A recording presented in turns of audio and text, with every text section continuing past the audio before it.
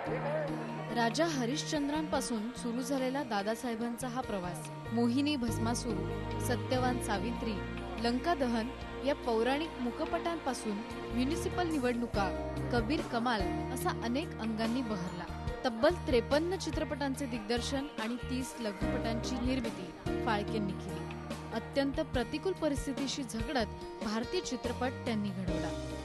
भारतीय चित्रपटसृष्टीचे जनक दादासाहेब फाळके यांचा आज 65वा स्मृतिदिन आणि आता आपण आहोत दादासाहेबांच्या कर्मभूमीत अर्थात नाशिकमधल्या फाळके स्मारकामध्ये आणि माझ्यासोबत आहेत फाळके फिल्म सोसायटीचे सक्रिय कार्यकर्ते रघुनाथ फडणवीस। तुम्हाला काय वाटते की आजच्या काळामध्ये फाळके कुठे रिलेव्हंट आहेत?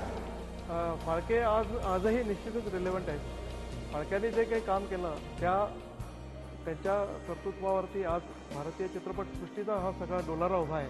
त्यांची स्मृती जतन करण्याचा एक भाग म्हणून मला असं वाटतं की आज दादासाहेब फाळक्यांच्या नावाने एक अभ्यास केंद्र इथे असणं महत्त्वाचं आहे। मला वाटतं की पुणे विद्यापीठाने किंवा यशवंतराव चव्हाण मुक्त विद्यापीठाने जर पुढाकार घेतला तर अशा प्रकारचं एक अध्यासन चेअर या नाशिकमध्ये होऊ शकते।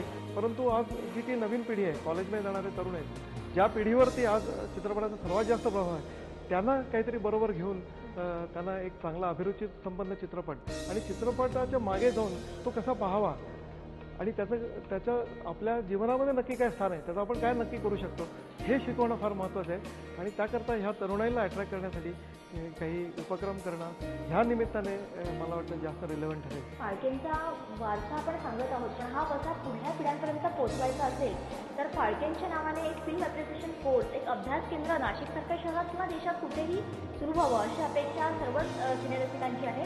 व्हिडिओ जर्नलिस्ट फणेंद्र मंडलिकसह दीप्ती राऊत, IBN लोकमत, नाशिक।